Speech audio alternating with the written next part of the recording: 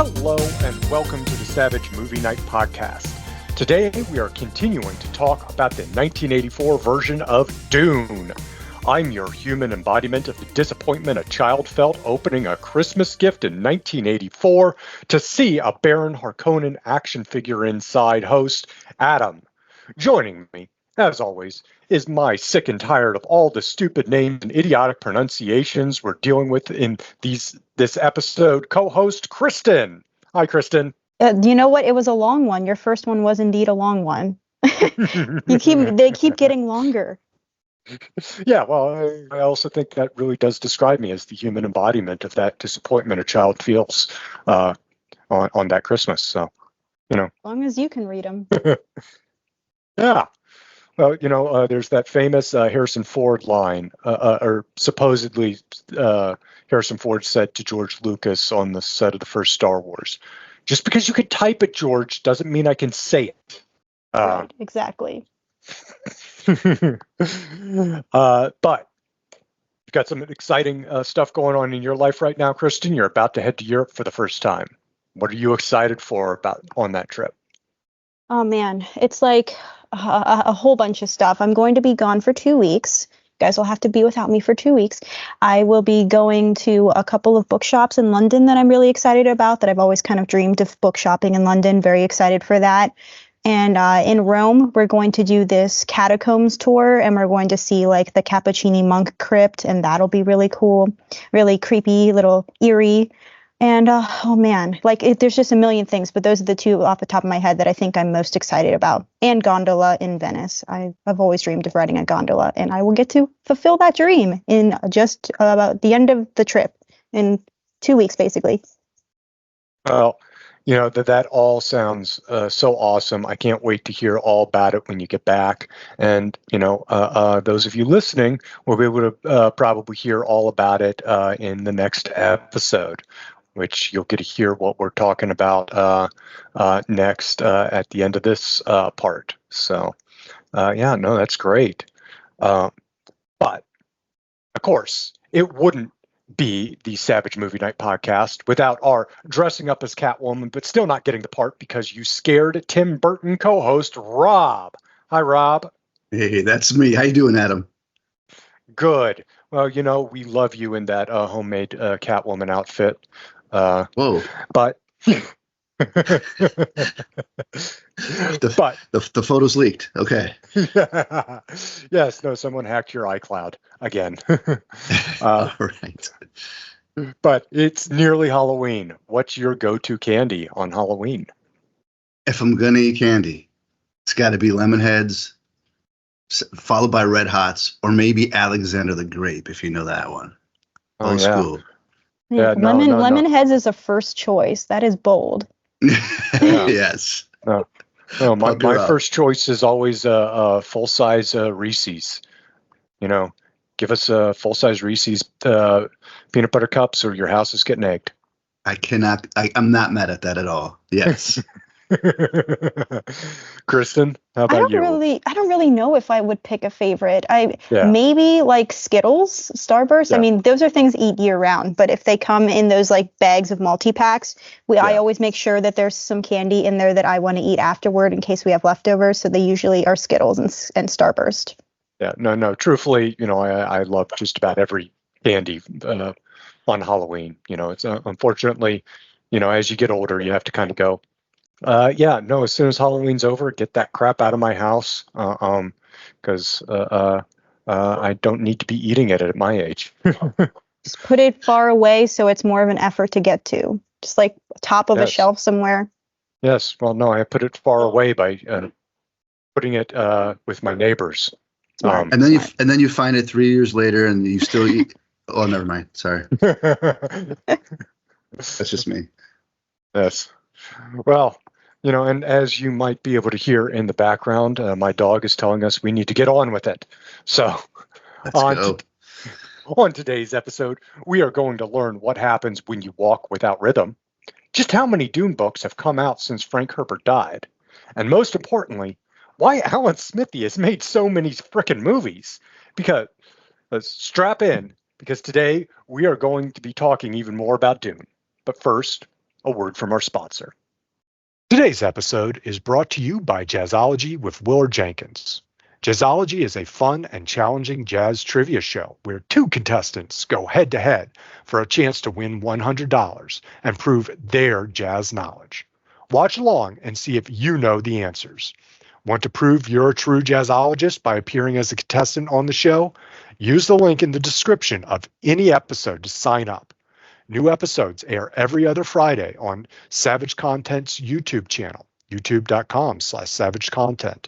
And all past episodes are available under the Live tab. Thanks to Jazzology for sponsoring today's episode. And now, back to the show. Before we get into the movie, let's get a reminder of what happened in part 1. We were introduced to the world of Dune via the opening narration of the Princess Irulan. Her father, the Emperor Shaddam IV, plots the downfall of House Atreides with the Spacers Guild, while Duke Leto of House Atreides is taking control of planet Arrakis and its production of the spice melange. The Emperor and the Spacers Guild want to see control returned to the planet's previous rulers, the House of Harkonnen. The Spacers Guild also want to see the Duke's son Paul killed. We meet Lady Jessica, the mother of Paul and concubine of Duke Leto. She is a Bene Gesserit, a mysterious all-women's order, and meets with the leader of the order to talk about Paul and what makes him special. We then met Paul and the rest of House Atreides as they ready for their journey. Finally, we met the villainous House of Harkonnen on their home planet as they plot against the Atreides. That is a brief summary of the very complicated story. You should probably just listen to part 1 if you feel like you're missing anything. With that, let's go back into it. Kristen, take us through the plot. And it's okay if you're also still confused after watching part 1, because I too was confused in this movie. So let's get into the next part of the plot here. The next part of the story has the Atreides leaving Caledon for Arrakis. The native people, the Fremen, believe that a Messiah will lead them to freedom and paradise, and Reverend Mother Ramallo predicts the arrival of that Messiah. After arriving in Arrakis, Duncan Idaho, one of Leto's loyalists, tells him that he suspects the Fremen of Arrakis have been underestimated. They exist in vast numbers and could prove to be powerful allies.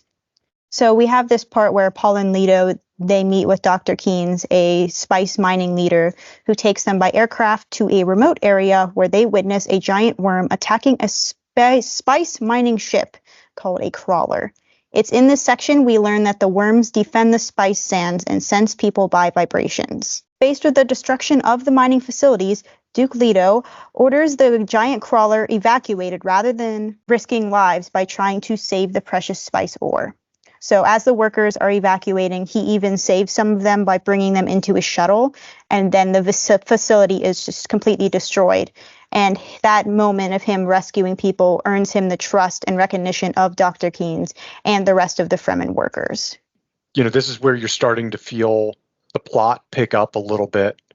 Again, we were talking about in part 1, a lot of 80s sci-fi cheese, which I'm always for. So I was a little bummed out that they hype up the worm, and then at least in this part of the movie, you don't get to see him for very long. I wanted to see more of the worm, but as anyone who's seen the movie knows, we do get more of the worm. But at this moment, I was sad there wasn't enough worm. I found myself like following along and also reminding myself to follow along, like go with it, go with this. And when you start to see some of the technology they use for special effects and the way they film some stuff, you're just holding on, saying, please don't let this don't let this turn into make a left turn. Like don't let this get bad. It was starting to happen. I'm at that point already where it's starting to give me these signals that I might be a bit disappointed in the special effects. Yeah. Were weird close-ups part of 80s cheese? Because that's something I also noticed in this section, was just these like insanely close close-ups. And I was just like, what is going on? I think that's more of a David Lynch thing.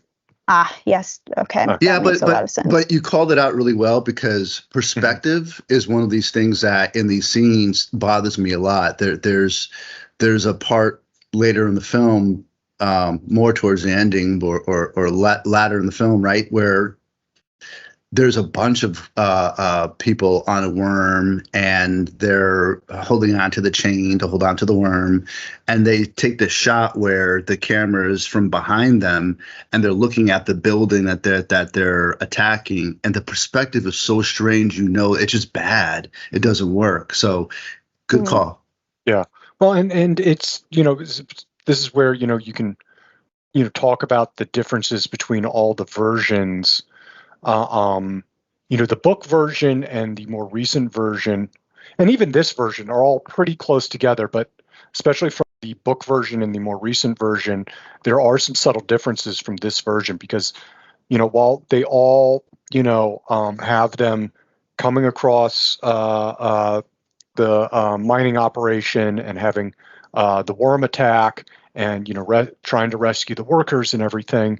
And one purpose of this scene is showing that Duke Leto is a person who cares more about the people than just the equipment or the spice or bottom lines, essentially. And he's even willing to put his own safety at risk in order to help these people, that he is a leader of action and not just sitting on the sidelines. It seems clear that he's not doing this just for show, that he's doing this out of genuine concern. Is important not just to the audience, but to the people of Arrakis, because it's a big contrast to the Harkonnen leadership. Right. But one of the big differences is at one point, Paul in the other versions takes a big risk of his own safety to continue to. I'm trying to remember whether it was to save someone or something happened that caused them to have to delay because of Paul. So Paul has to get lectured about that on the way back. And that happens in both the book and the 2021 movie, but not this version. So I thought that was interesting that they left that out. Yeah, good points. Yeah, well, and also I didn't really catch it until reading about it later, but apparently David Lynch had a cameo as one of the workers on the spice mining operation. Huh. I don't think we talk about him later, but the guy playing Dr. Keynes or Dr. Kynes is Max von Sydow, very legendary actor. A lot of people would know him as the three-eyed raven from Game of Thrones. They would know him as the voice of Vigo the Carpathian from Ghostbusters 2, amongst many, many other things. He actually just died recently at close to 100. So he was in things for decades. Very cool. Yeah, people might also recognize who plays Duncan Idaho. Rob, did you want to talk about him? Yeah, Richard Jordan is the actor that played Duncan Idaho, and he's again. This movie is filled with a lot of faces that you recognize if they're not a household name. You just seen them through a lot of classics and from film to TV to theater. Richard Jordan, he's been in Logan's Run, Raise the Titanic, Time Bomb, The Hunt for Red October, The Gettysburg, Les Miserables. How do you say that? I think it's Les Miserables. I never could ever say that correctly. Hilarious. Yeah. I feel like he's been much more. He's again one of these faces you really recognize. It's like we could be here all day listing every movie everyone's been in. It's just kind of a couple highlights. One, kind of everything connects back to previous shows we've done. He was the main antagonist in The Secret of My Success, the Michael J. Fox movie, which connects back into the Light of Day episode. So that's right. Hilarious. Yeah. Connected everything. Yeah. So so the next part of the film has Paul in his bedroom, and he stops this hunter-seeker drone from killing him, or the housekeeper, Shadout Mapes. And she, after he stops that drone, she warns him that he is in danger because there's a traitor in their midst, which we already do kind of know from part 1, if anyone remembers, is that the Baron was wanting to put a traitor infiltrated in there. So she also knows about this traitor and is warning them. And there's also a meeting about the shield that they've created, which should make them impenetrable from attacks. And so there's this plan after the good part with where Leto gets the trust of the Fremen. They want to form an official alliance, but before that can actually happen, the Harkonnens launch an attack. And we find out that Dr. Yui is the Harkonnen double agent, and he disables the shields, leaving the Atreides defenseless. And we find out that Yui was also planning a secret revenge on Baron Harkonnen for the death of his wife, and he uses Leto to help enact that revenge by placing a poisoned tooth inside of him. And he says that he will spare Paul and Jessica, who were captured, if he agrees to assist in being captured. And so we see this moment where Paul and Jessica are tied up in a ship, and they are wanting to escape. Obviously, when you're tied up in a ship, one wants to escape. And they use the power of the voice to break from their bonds and hijack the ship. And so to protect Paul and Jessica, Leto does agree to be captured. And so since he is captured, he is unable to assassinate the Baron. Like the plan is to use that tooth thing to do it, but he is unable to because his vision is fogged by drugs. And so like that's something that the Baron does to him, and then instead of killing the Baron, he kills Peter instead. And other deaths kind of occur in this section by the Harkonnens, including Duncan Idaho, who we just talked about. Just met him; he's already gone kaput. And a lot of House Atreides also fell in this battle. Yeah, before going any further, I just want to back up from one thing, and that you mentioned when the drone tried to kill Paul. Right. Paul was able to sort of sidestep it, open up a door, and almost kill, and then stop this drone from killing the person who was at the entrance of the door about to knock, which was the housekeeper, Shadout Mapes. And Shadout Mapes is a excellent actress. If you know her work, she's truly stands out. Played by Linda Hunt. Linda Hunt first made her film debut, I should say, in Popeye as a character, Miss Oxheart. And she's also been in Silverado, Kindergarten Cop, Pocahontas, Stranger Than Fiction, and I think probably the role that I always consider her or think about her as the most impactful role that she's had that I remember, and that was in the film The Year of Living Dangerously, a 1982 film. She played Billy Kwan. She played a man in the role as a reporter or a photographer. She actually won an Academy Award as Best Supporting Actress, and it was the first time someone won an Oscar for portraying a character of the opposite sex and winning that award. That's really kind of stood out. Again, like super recognizable. Another kind of really because. Mm-hmm. Sorry to interrupt. She's especially super recognizable to those of you who aren't familiar with her name because of her stature. She is a very short woman, almost like I don't know if she technically qualifies as a dwarf or little person. She is very recognizable, and also to younger fans, they might not know her face, but they might know her voice because she's been the narrator for the God of War video game series. So. She's done all kinds of stuff. She's a very recognizable, like, you know her face. Like, that happens with so many people in this movie. It's like, their face. Yeah. You may not necessarily know their name, but you've seen them and stuff before. Well, it's like, I don't think we talked about him in part 1, but Dean Stockwell, who's playing Dr. Yui, is a character actor who's in a ton of stuff. Like one of his most famous things is Quantum Leap, the original TV show. He was, keep thinking he's just looking for Scott Bakula throughout this. But he's also in a ton of movies, like Paris, Texas, Married to the Mob, a bunch of other stuff. So.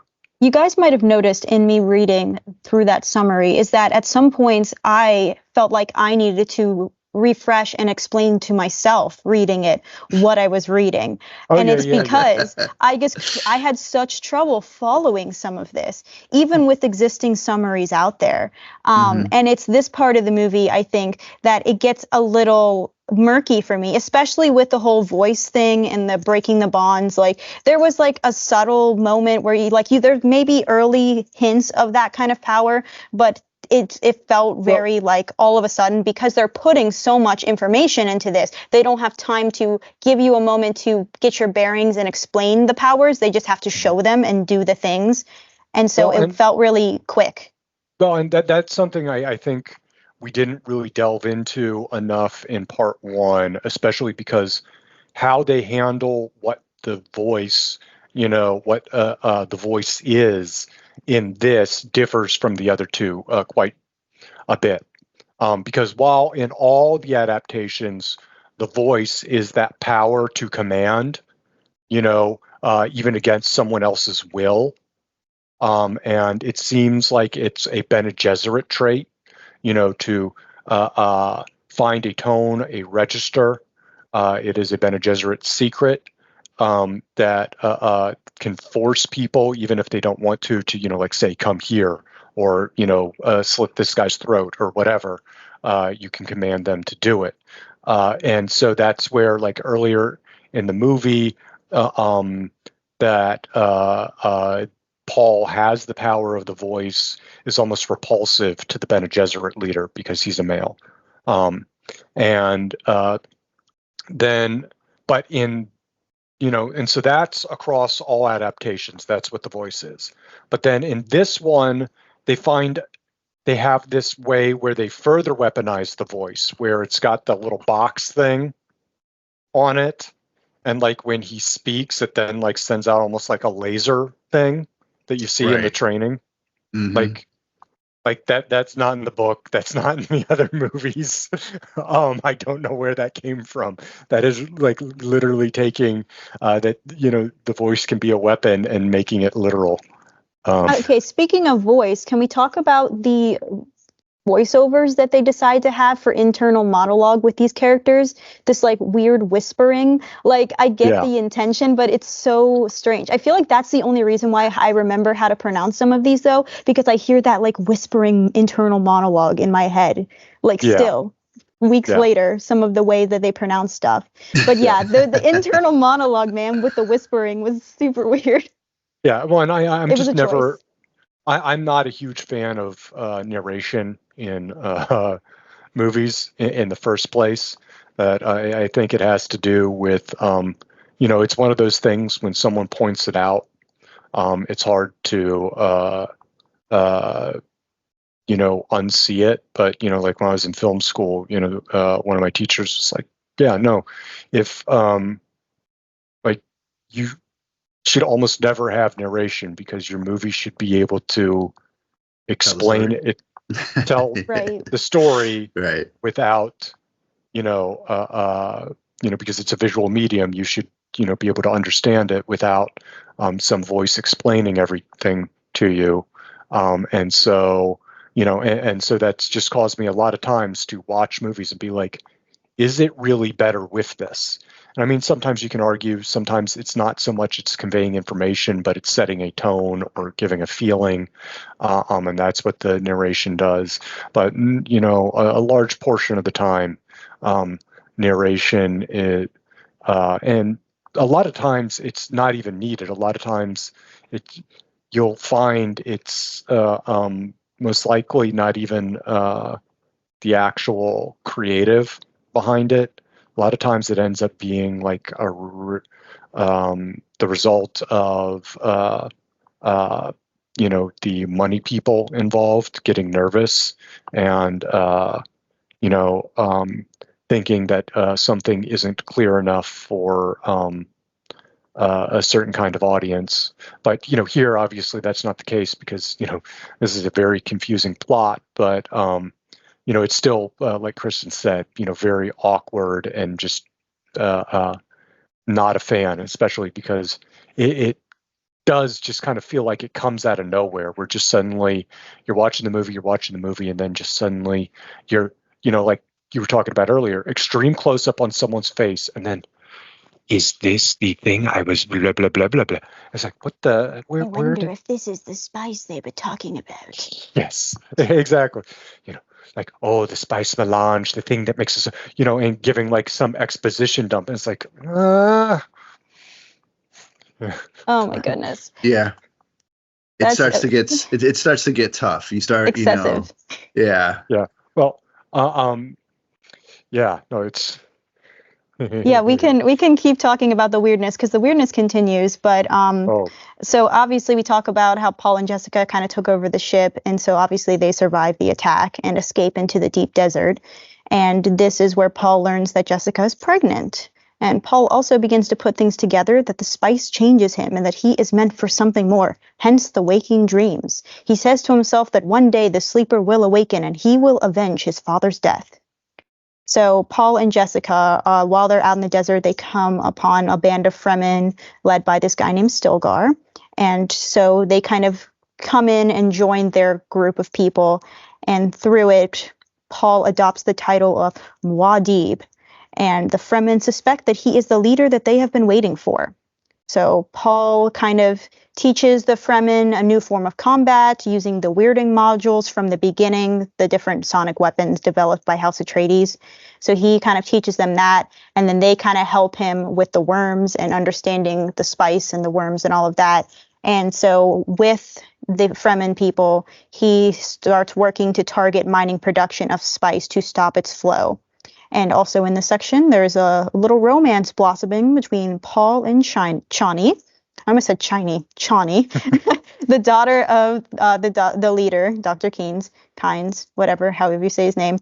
Also happening in this section is that the Fremen's Bene Gesserit Reverend Mother is near death, and Jessica takes on her role to replace her by drinking the water of life.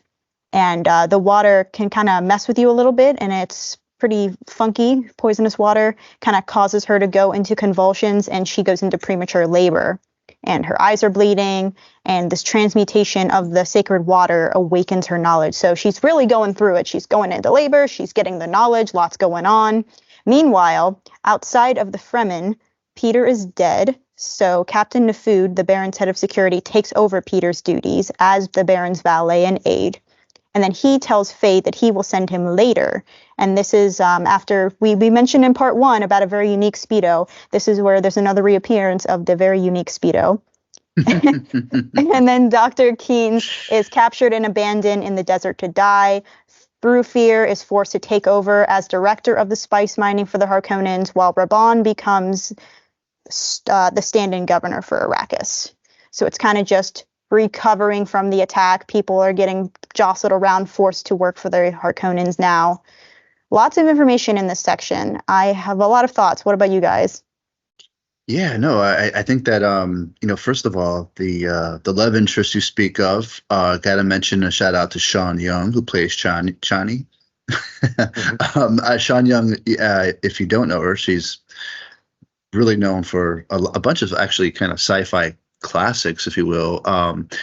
But her first movie was actually a breakout in the movie Stripes. But later on, she was in Blade Runner, Wall Street, Fatal Instinct, Ace Ventura, Pet Detective, and this being the other kind of bigger sci-fi movie that she was in Dune.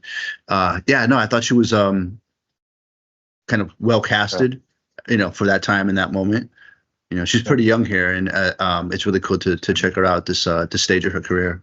Yeah, well, and she's also kind of famous for the role she didn't get.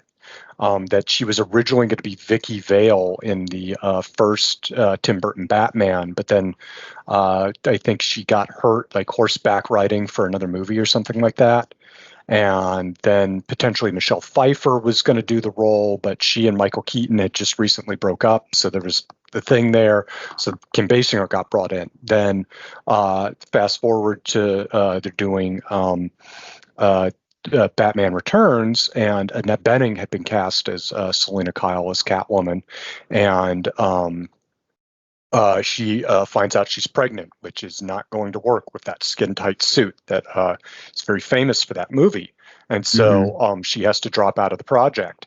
and they're looking for a replacement. They settle on, I think it was already announced that they'd settled on Michelle Pfeiffer, but that Sean Young, and she brings along a camera crew from Entertainment Tonight for this, made her own Catwoman suit, and showed up on the Warner Brothers lot trying to track down Tim Burton, and he was kind of hiding away because he didn't want to deal with her to try and get the role. Wow. Well, yeah, there's a lot of stories on her, and you know, she's had some mental health issues that has later developed in the years, and it's unfortunate, but a very promising actor and had a ton of talent. Definitely underutilized in this film. Yeah, well, yeah, you could say that about so many people. Well, and the thing to talk about, like with this section, so around the time they meet the Fremen is about an hour, 45 minutes into the movie or so. That is about the same time that the first Dune Part 1 from 2021, that's where they wrap up. So they took about 2 hours, 15 minutes, 2.5 hours to get to that same point. So they took 30 minutes longer, and then they took a whole nother 2.5 hours to tell the rest of the movie. Yeah, there's a lot here. There's a lot. Which tells you just how crammed in things are at this point. And, right. Because what I was going to say was that if the storytelling, I know that 80s and 90s sci-fi are capable of telling a story that makes sense. I know we've talked about how Star Wars is a little different, but I can't blame the time that it was made for this weird style of storytelling. It's all just David Lynch, I guess, in the script, and the studio wanted to condense it into one thing, because I know that 80s and 90s sci-fi is capable of making coherent sense, but there's so much of this that just feels incoherent to an outsider who has no base of what this story is and is being exposed to it for the first time. It's not an approachable film to see out of context. Yeah, I definitely see how it is not approachable to an outsider, because again, I fortunately watched it having, been familiarized, with the material from others, from the other movies and the book. So, but I can definitely see, so to me, it all makes sense. And, that's part of why I'm able to enjoy it, but I can definitely see from an outsider. But that's part of what makes this such a weird, because the material was dense and intimidating to start with, just like the book you're basing it on. And, which makes you wonder, why they thought, we get back to, what we were talking about in part 1. They thought this was going to be on the level of Star Wars. They had a marketing rollout on the level of Star Wars. They budgeted this at more than the most recent Star Wars movie, based on the material, even just the base material of how dense it and complicated it was. Why would you believe that worked? And I think some of that is because a lot of people, like the original Star Wars, when it was in production, a lot of people thought it was dense and didn't make any sense and didn't understand it, and were confused by it and thought it was going to be a big bomb.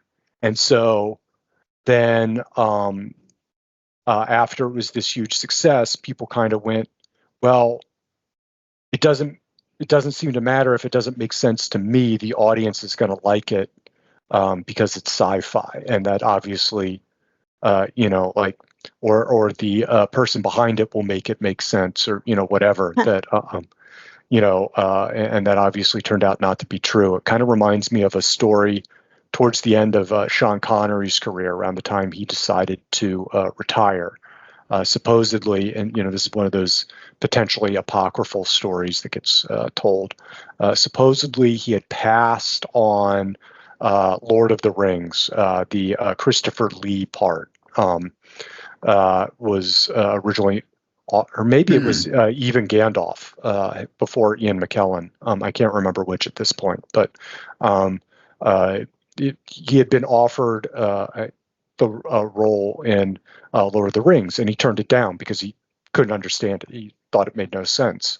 And then as those went on to be big, huge movies, he then got offered a part in the League of Extraordinary Gentlemen.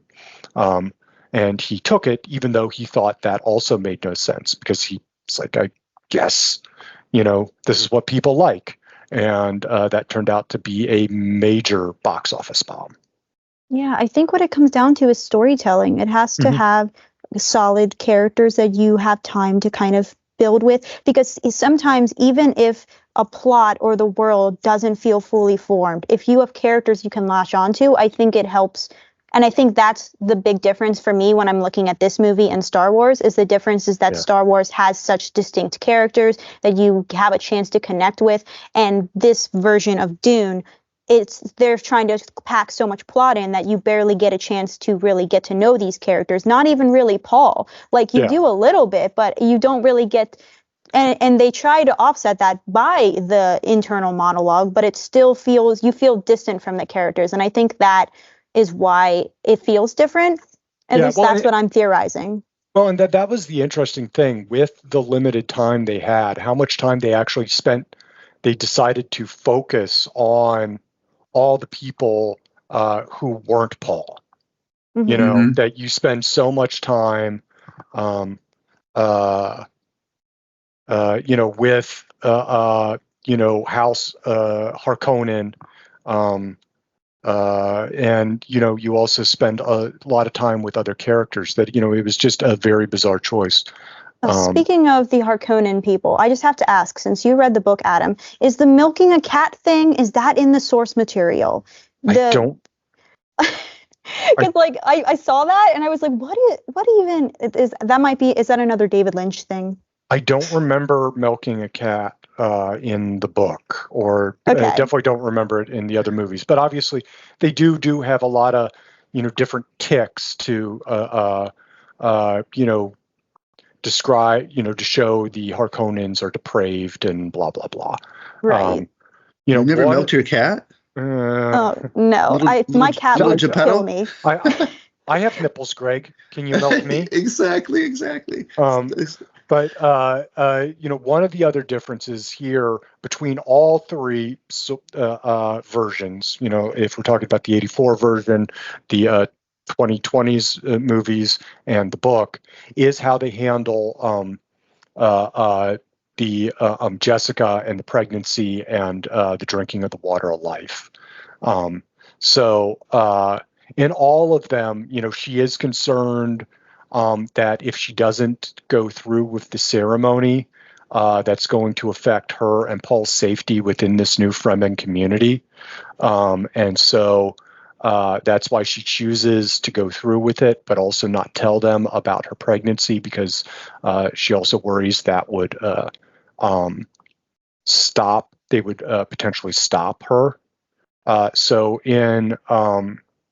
We'll go from kind of most normal to weirdest, which is kind of saying something for this. So in the current movie series, she drinks the water of life. It clearly affects the baby inside her, but because the baby is not born by the end of that movie series, we only really see some of the results through something like later on. Paul has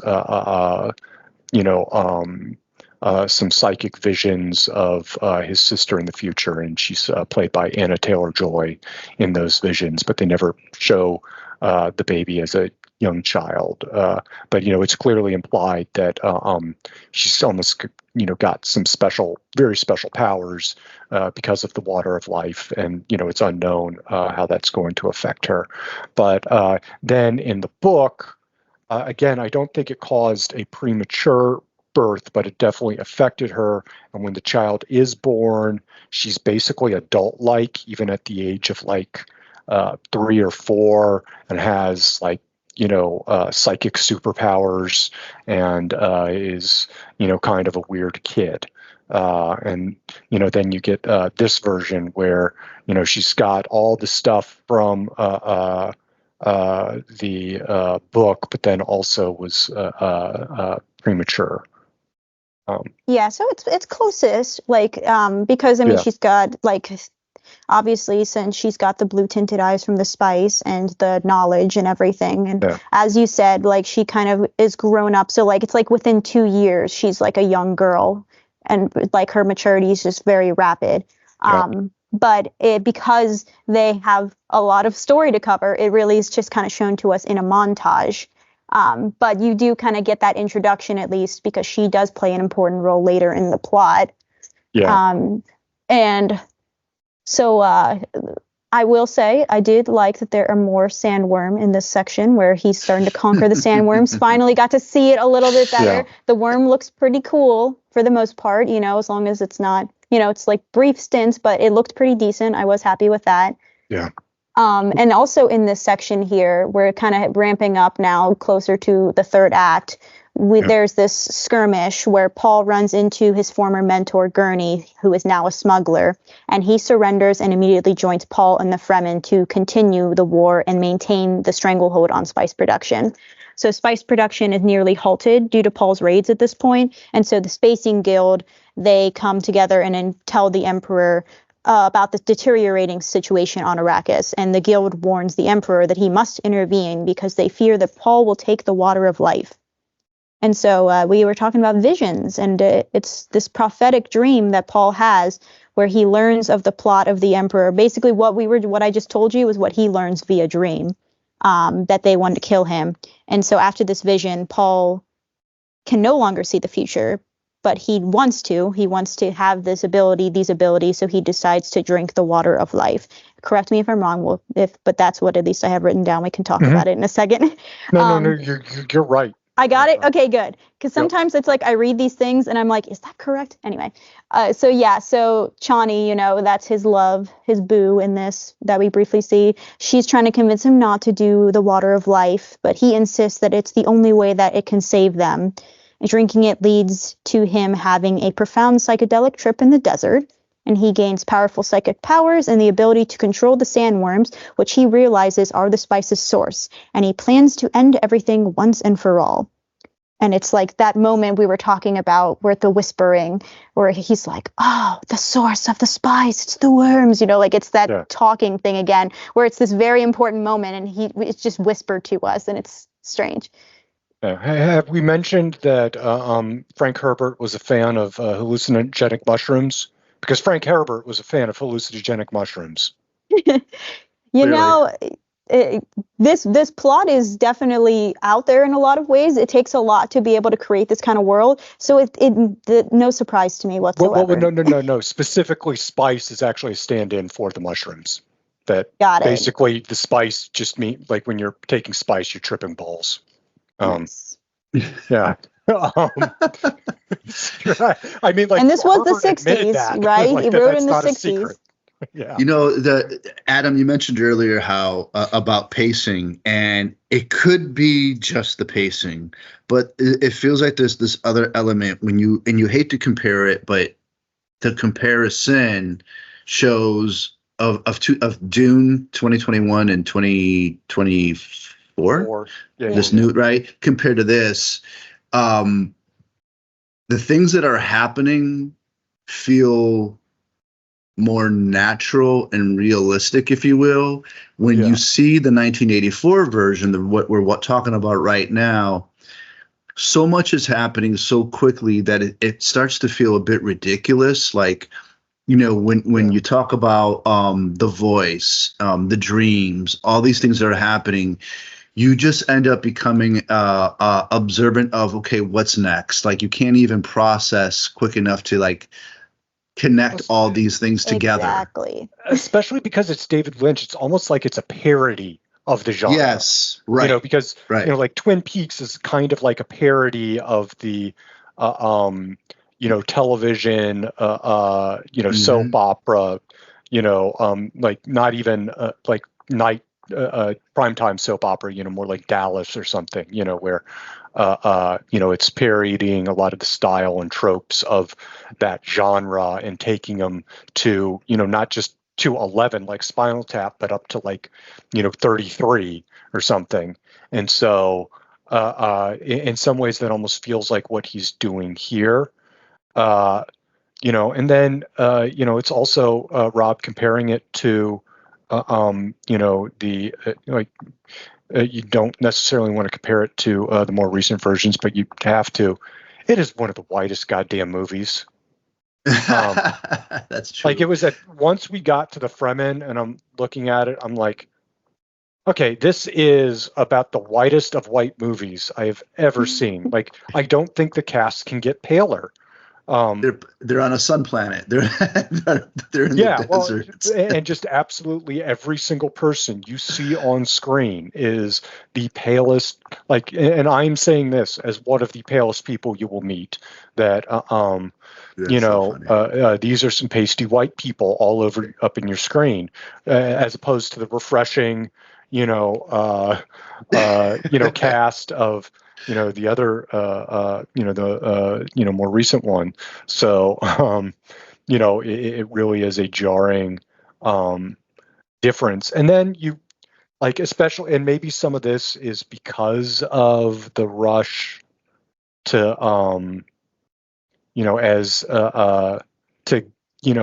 because they don't have as much time to wrap things up since, so the plot, what Paul needs to do and, what the, exact plot is with the Emperor and everything is a lot different in this than it is in the book and the other movies. That part of it is Paul doesn't just drink the water of life and get to see the future. He basically, it's almost like Doctor Strange in the Marvel movies, where he doesn't just see the possible future, he sees all possible futures and is like picking routes to, get there, especially after, and some of that had started to fade. And so then that's where he drinks the water of life and, becomes like, super God, which is, part of Herbert's whole thing was commenting on Messiah stories. And then, there's this whole thing with atomics and holding the spice hostage, and the Emperor, I think, wasn't there necessarily because of Paul. He was there because Paul had spent years disrupting the Harkonnens, and that had caused all these problems. And also, there's this whole thing with rallying all the Fremen, that there were actually a lot more Fremen on the planet than the Harkonnens realized. Again, it becomes a lot more involved because here they only had 45 minutes, 30 or 45 minutes to cover, what the other movie covers in, 2.5 hours. So yeah, that all gets lost, and the lack of real either character development or the ability to connect the audience to even care. Let me ask you, who are the likable characters? Who are you supposed to like? And on top of that, I think Paul is the person you're supposed to really root for. And I cannot connect with him whatsoever. One of the things to compare it to, you have to it's fair to compare it to Star Wars. Is with Luke, two things happen. One, you got the sense of a childhood and growing up, so you can kind of get this journey. You can start to ride along on the journey, and then for a young boy, you quickly kind of imagine you were Luke. You could put yourself in those shoes and ride that story as that's you. You can't do that here. There's no likable characters, and then there's no connection between you and Paul. You're not invited to take the journey with him. Exactly. Well, and you think, Rob, to the newer version of Dune, how much time you spend with Timothée Chalamet and getting to know and like his character and see his personality, Right. Yeah, Rob, I'm really glad you brought this up. Sorry to interrupt, Adam, but I don't want to lose my train of thought. Because there were definitely points in this where I was like, are they the good guys? Like, are Right. they Atreides? Because it's the way that they're portrayed. Like, it's such an odd way of the way everyone is portrayed, especially like the Bene Gesserit, like that are kind of like working with the Atreides in a way. Like, to me, they seem like bad people, but they're with the good guys, and it was like messy like that a couple times where it's just like it was hard to find anybody to root for. Yeah, Well, yeah. And the most, I'm sorry, but the most charismatic guy you see is in a blue thong, and it's Sting. He barely says anything. Yeah, he's just giving you crazy eyes every time. But Your favorite character. Well, the Bene Gesserit in the books and the other movie are more villainous, that they're more aligned with the existing power structure, that they're trying to control and manipulate that. And they're actually part of the ones that are involved in the plot to eliminate House Atreides. But, it's Jessica and her training and some of the seating and some of this stuff are, being used against them. That's complicated. And then, like I said, this is, meant to be a comment on Messiah stories. So, there is a bit of, Frank Herbert himself, not necessarily showing the Atreides as completely good. But, then, again, you get David Lynch in, and there's a good chance he's commenting on that by cranking it up even more. Yeah, you made a comment earlier about how this could have been a different type of movie altogether, and I was just imagining Mel Brooks's response to this. Like, so many opportunities for this to be a Mel Brooks type of movie. Well, Spaceballs. He already did. Spaceballs. Yeah. Because Spaceballs came after this. It's as much a comment. Right. As much as that comments on Star Wars and Star Trek, it's also commenting on stuff like this. I mean, like you have the whole scene with yogurt, where merchandising. Get your space balls, the bed cover.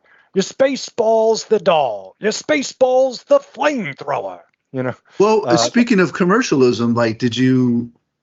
Is it too early to get into that? Because we mentioned it in the first episode, and it kind of was hinted on earlier in this one. But this whole vision of this being a very successful franchise. I mean, I think you recognize that there's this power struggle between corporate goals and views of how to take creative and turn it into a big money-making machine. And then there's the reality of the challenges of this specific script and how to portray it on film. It's not easy. This is a hard one. Where did they think that this was truly going to be a comp to Star Wars? Right. I mean, like you said, we kind of talked about it in part one, that they had over 30 lines of merchandising. They had toys, they had bed sheets, they had they had all this stuff, and they also gave it a poster, a budget of several million more than it costs to make Return of the Jedi. And that's not including marketing. They were going to roll it out. They had 1,700 film prints made that was going to be distributed worldwide. It was going to be like the second movie to use this new anti-piracy coding system, which I don't really understand. But like the first one was Indiana Jones and the Temple of Doom. So, I mean, which also means Dune was also one of the first PG-13 movies, because PG-13 had been rolled out earlier that year with Red Dawn in a response to movies like Gremlins and Indiana Jones and the Temple of Doom. But it's that, weird in between land where, it's definitely too adult and, for the kids. It's too weird for the mainstream. It's like,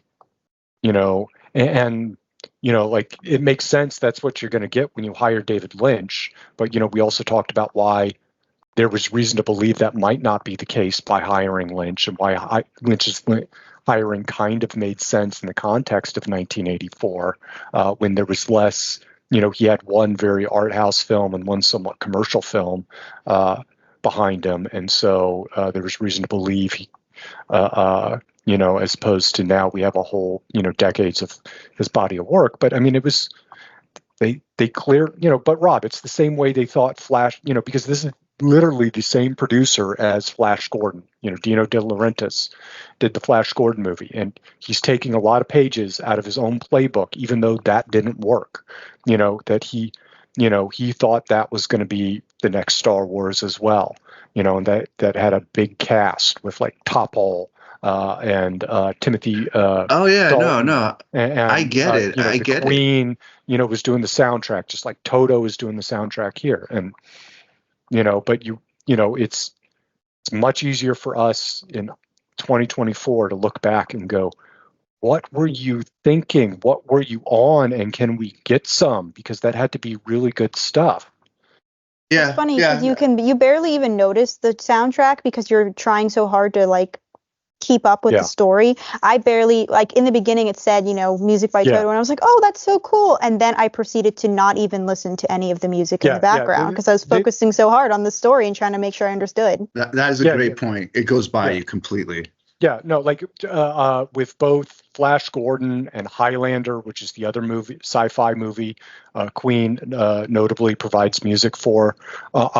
There are bangers. There are songs that end up on, some of their best of hits. Whereas, one, admittedly, I'm not the biggest Toto fan, so I know the one song. One song. Oh my God. I guess it rains down in Africa. Hold the Line, Georgie Porgy, Rosanna. Yeah, no. Oh, Rosanna's a banger. I love that one. Some of those might be, if I maybe recognize it if you heard them. No, but that's one of my favorite, misheard lyrics is instead of I bless the rains down in Africa is I guess it rains down in Africa. Yep, I also thought that's what it was when I was a kid. so many lyrics from that one I did not know until I was older. But we're not here to talk about Africa. Yeah. We can keep going because guess what? We're almost done with the plot. Yeah. This convoluted plot that they tried to squeeze into 2 hours and 17 minutes.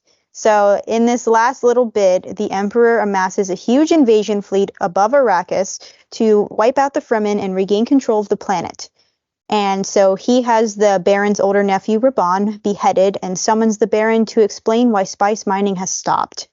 And then Aaliyah comes into the mix and comes with a message that her brother is coming and reveals that she is basically reveals that she's Paul's sister, her lineage. And they're like, oh my goodness. And then Paul launches his final attack against the Harkonnens and the Emperor Sadakor. And they're that comes as a surprise to them because they've been under the impression the whole time since Paul and Jessica fled that they were actually killed. So so the fact that there's a whole other kid is it's got them shook, and that it's like a whole grown kid, not like a 2-year-old. Yeah, well, but they're also just very upset that Paul's alive in the first place. Right, and then he proceeds to come at him with this big attack. Yeah. And he comes with his buddies on these sandworms. And Rob, you mentioned one of the shots earlier where they're riding atop the sandworms with these sonic weapons, but it's not the greatest way that it looks. They could have framed it better, but whatever. You see him riding the sandworms, and then Paul and his Fremen warriors, they easily defeat the legions. And then meanwhile, Aaliyah assassinates the Baron while Paul is confronting the Emperor. And so while he's trying to confront the Emperor, he has a fight with Fade, which leads to a duel to the death. So we finally get to see Fade do something besides stand there in a Speedo. He fights Paul. So after Fade is killed, Paul demonstrates his newfound powers and fulfills the Fremen prophecy by causing rain to fall on Arrakis. Instead of war, weak fight, by the way. That was a weak fight. Yeah, disappointing fight. Yeah, so it's like, so now it was horrible. Instead of war, there's peace, and Aaliyah declares him to be the Kwisatz Haderach. The end. Yeah, I also agree. You couldn't wait to get to that part. Yeah, we were so close to the end, the big part. Right. But see, that's the thing. Once again, it's like I was told about this Kwisatz Haderach, but her declaring at the end meant nothing to me. Yeah. I was just like, okay. And then it ended. Yes. Yeah. You know, and so bad fight, bad writing the worm angle as we talked about. But you know what? The worm thing bothers me, but it still bothers me even in the new versions. Worms contract, they move. They're not just like still and slide like they Yeah. anyways, but there's so many other SFX problems that's the least of their problems. Anyways. Yeah. I think it's like I was mentioning about how the being told about that he's the Kwisatz Haderach meant little to me. I felt like there were so many things near the end here that I just felt like I was supposed to understand, but I'm like, I've watched this whole movie and I still don't understand a couple of these things. Like the rain part. So please explain to me, one of you two, why is raining special? So that's. They don't focus on it as much in the new movie series. It's there a bit, but that's one of the big subplots in the book is this whole idea that you can, because obviously water is so precious. That's why they have still suits, that it's mostly an arid desert wasteland. And there's this idea that, there's a lot of talk about water reserves, and one of the big power brokers on the planet who doesn't like the new Atreides leadership is the family that sells the water, that has control over all the water. Kynes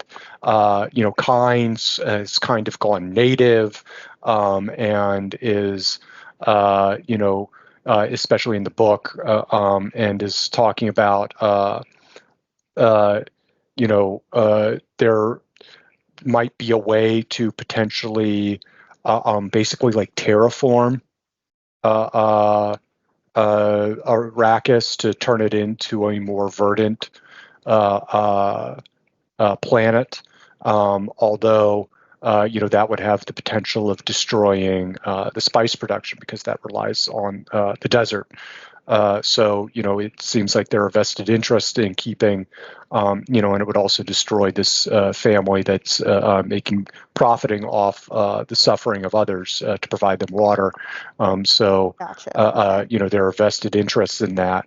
Like I said, and so Paul, that becomes a goal of his, is to try and even in the new movies, there's a thing about Paul wanting to make it more like Caladan, for Cheney. But it then, like I said, this is where it gets like we could be here for a long time at this point, explaining all the differences between. Yeah, and we don't have to do all of those. I feel like we've already done too many of them. Yeah. Just because, here's where it gets, we get like three different versions and takes on things, because in the book, in the new movies, atomics come into the plot very heavily. And so, it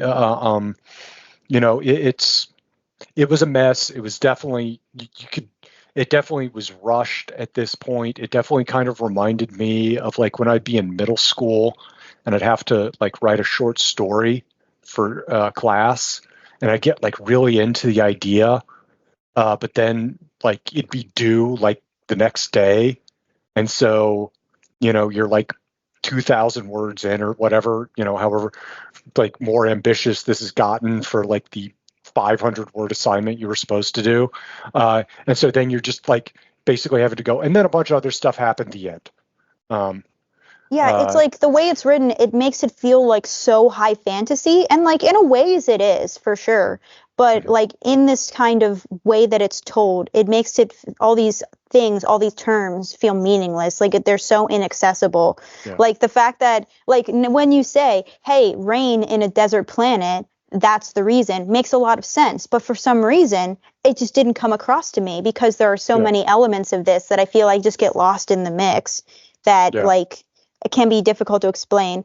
And we've done a lot of comparisons between the movies and the book and stuff, and I think that's good to do. But because without those, it's so hard to talk about this movie, because there's just much detail and this is probably the weakest iteration of it, unfortunately.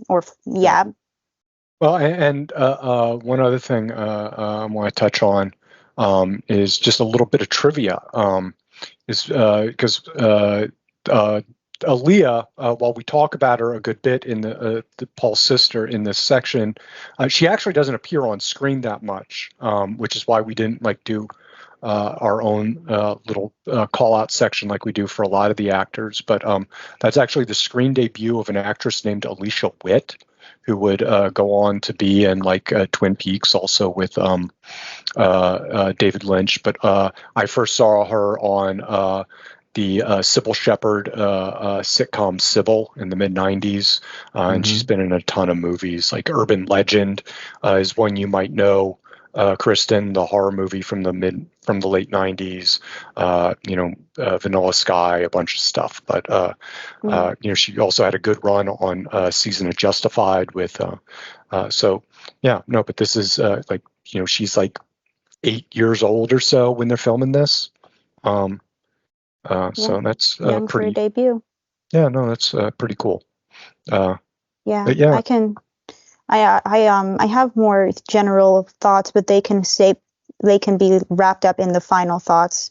Rob, did you have anything else you wanted to talk about in this ending before we went into any post-production stuff? No, I think that it just very clearly the movie takes such a the difference between inside shots and outside shots really kind of are dramatic. We've talked about it. It's just a bit of a mess, Oh yeah. So that was the movie and our thoughts. But what did the world of 1984 think? At the box office, it made $30.9 million domestically, and according to the Los Angeles Times, only $7 million internationally, for a total of $37.9 million. Now, I've seen that number. That's what's cited in Wikipedia, but I've also seen other numbers.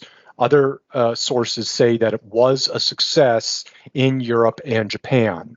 So those numbers aren't jiving. We've talked before in previous episodes about how sometimes it can be hard to get international numbers on older movies for their box office. So keep that in mind, that number might be lower. But as a reminder, the budget, not including advertising, was $42 million. And also, especially at this time, what you're likely seeing is a 50-50 split between theaters and the studios. So the movie is actually probably only bringing in about half of what you're seeing reported. The critics were not any kinder than the box office, with the film getting mostly negative reviews and holding just a 36% on Rotten Tomatoes. While 1984 was not kind to the film, it did eventually find an audience, mainly through the emerging home video market and TV. Today, its legacy is mixed. Some view it as a cult classic, some as a massive failure.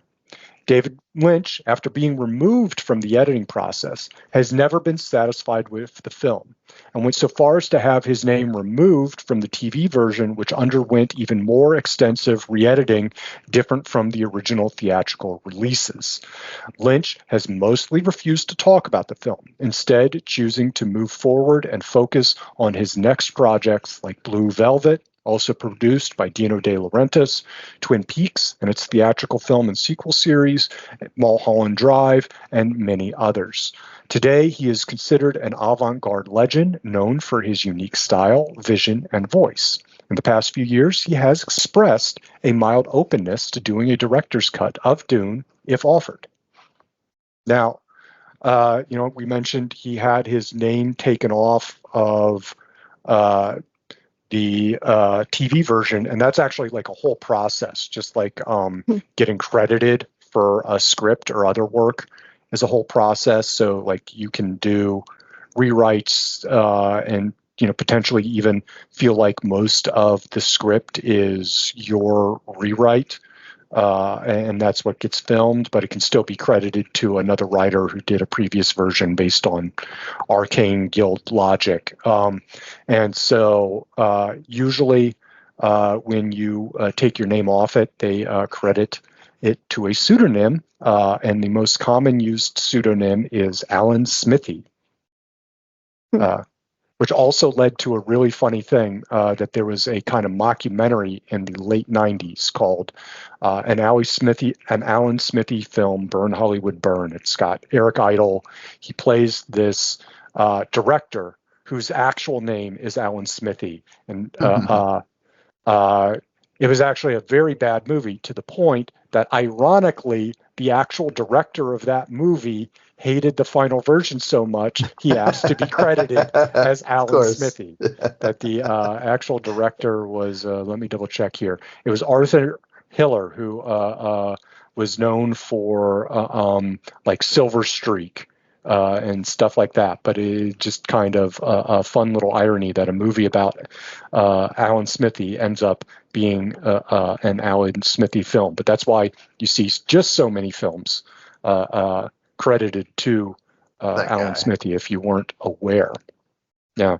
Yeah, I mean, I feel kind of bad for David Lynch in a way, because like I've like watched some interviews of him talking about the making of the film, and you can just tell that he was like really, really dissatisfied with the final product, especially when it came to the editing process. Like, I think the vision he had just did not translate, and that's always, you know, a bummer when a person is passionate about the thing they're doing, and then as it actually gets made, it's just not the thing that they thought it was by the end. And it's always a frustrating thing, not only for the viewers, but for the creators as well. So my heart goes out to him in that way, because we know he's capable of decent movies. This one just wasn't one of them. Well, and totally. And you know, he's proven himself, and I don't feel bad in the sense that he has had a great career since then. But I do also understand the frustration with not being able to achieve your vision. And, you know, I also question if he even has the footage to truly achieve his vision, because I think in a lot of ways it just wasn't there. And that gets back to, we were talking about in part one, the bonkers Alejandro Jodorowsky version that never happened. And, you know, I think that would have been an even bigger disappointment to everyone involved than this one, because not only would Jodorowsky have had a harder time trying to edit his vision into reality, he would have had a harder time actually executing, you know, stuff on screen to get anywhere close. And so I think Dune, in some ways, was always a little doomed. At this point in time, just based on technological limitations, storytelling limitations, stuff like that.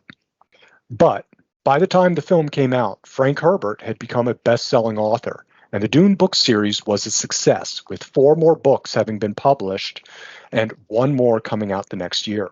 In early 1986, however, Herbert suffered a pulmonary embolism while recovering from pancreatic cancer and passed away at the age of 65. His son Brian would continue his legacy, co-authoring with Kevin J. Anderson an additional 19 novels and 10 short stories set in the Dune universe. These numbers are accurate as of 2024 and will probably change if you're listening in the future. Despite the failure, the idea of adapting Dune continued to circle through Hollywood. In 2000, Sci-Fi Channel released a 3-part miniseries called Frank Herbert's Dune, with William Hurt as Duke Leto, which was well received and led to a sequel miniseries in 2003 called Frank Herbert's Children of Dune. However, there was always talk of a new big-budget studio attempt, but it always seemed trapped in development hell, until Denis Villeneuve joined the project in late 2016. The film, after delays related to COVID, would finally be released in 2021 and have enough success to lead to a sequel in 2024. Overall, Dune, the book, and the movie has a legacy that is ingrained in culture and has influenced people in ways you might not even realize. Here is one final closing bit of trivia that doesn't fit anywhere else, but is fun nonetheless. In 2001, musician Fatboy Slim released a song called Weapon of Choice that would go on to become a hit on MTV. The song's lyrics included things like, "Don't be shocked by the tone of my voice, check out my new weapon, my weapon of choice," and "Walk without rhythm, it won't attract the worm," both direct references to Dune. And in an even weirder connection, Christopher Walken, who starred in the music video, will go on to play Emperor Shaddam IV in Dune Part 2.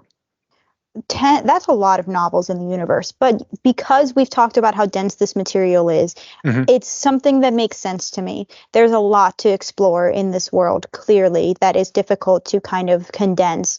So I even though like in a way, yes, it's probably milking the material a little bit, but there is a lot to explore within this world. So having that many novels makes a lot of sense to me.